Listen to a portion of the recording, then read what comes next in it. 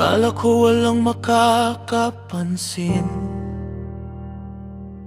na kaya ko itong itago habang buhay.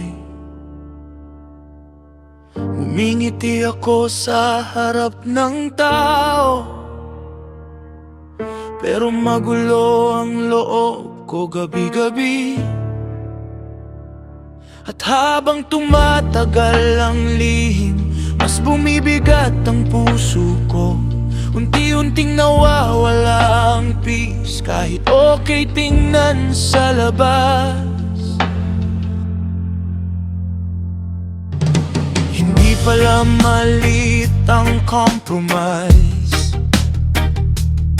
kapag unti-unti nitong sinisira ang soul. At minsan ang pinakamapanganib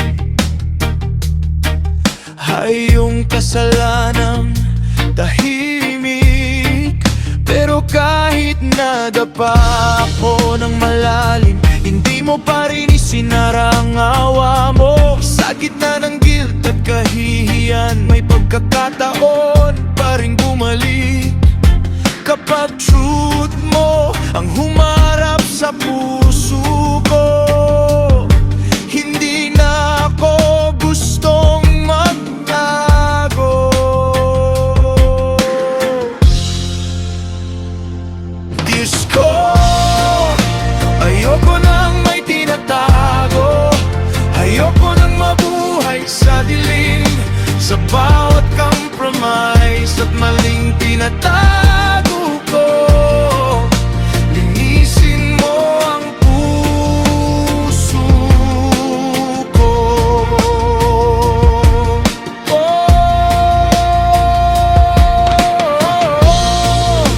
Ayoko nang may tinatago. Ayoko nang mawalan ng peace sa bawat guilt at bigat na dinadala ko. Ikaw ang kailangan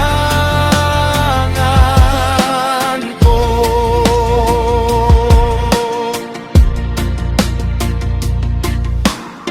Hindi pala freedom ang pagtatago,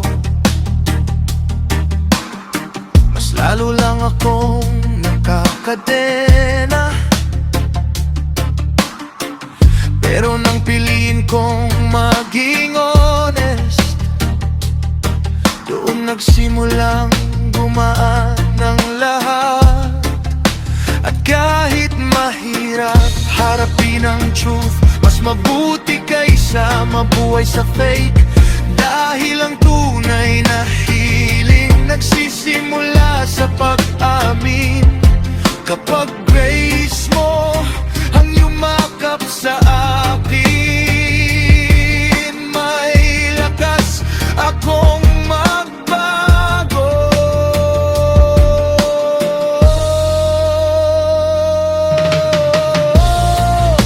Ayoko nang may tinatago.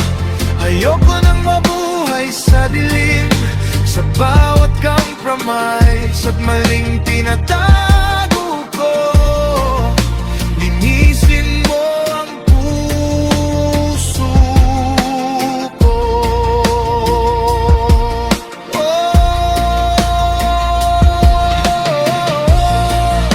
Ayoko nang may tinatago.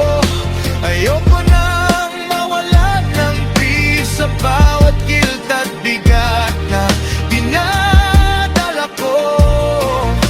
Ikaw ang kailangan ko.